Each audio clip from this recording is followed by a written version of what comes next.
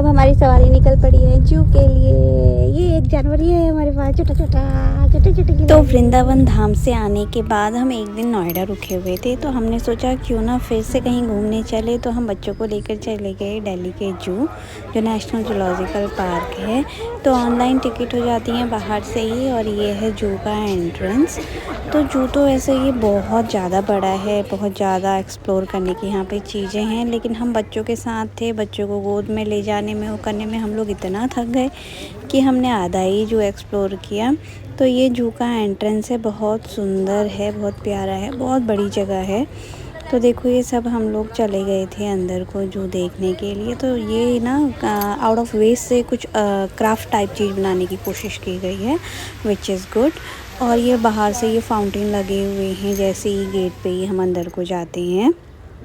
अब जैसे ही आप एंटर करते हो तो आपको जानवर दिखना शुरू हो जाते हैं। ये पहले दिखा था हमें काला हंस, फिर हमें दिखा था मोर। तो पूरा ना जो आप जिस तरीके से एक्सप्लोर करोगे, जगह जगह साइन बोर्ड बने हुए हैं कि इधर ये जानवर मिलेगा, उधर वो जानवर मिलेगा, और आप देखते रहो। तो ये बाड़े में साबर करके इनका कुछ नाम था, और ऐसी वो कुछ गनील गाय वगैरह थी। तो फिर ये बच्चों ने यहाँ पे थक गए थे, ये लोग, इनसे ज़्यादा हम थक गए थे, तो इन्होंने आइसक्रीम पार्टी करी। फिर हम चल दिए आगे को पूरा जो अच्छे से एक्सप्लोर करने के लिए। और इन सब में ना मुझे जो सबसे अच्छा लगा था वो ये टॉर्टोइस था, जो पानी से बार बार ऊपर बाहर को आने की कोशिश कर रहा, और फिर वापस से अंदर पानी में ही गिर जा रहा, बार बार कोशिश कर रहा, फिर गिर जा रहा। तो सबसे सुंदर ना मेरे को यही लगा था। उसके बाद फिर बहुत सारे बर्ड्स थे वहाँ पे, बहुत ही सारे।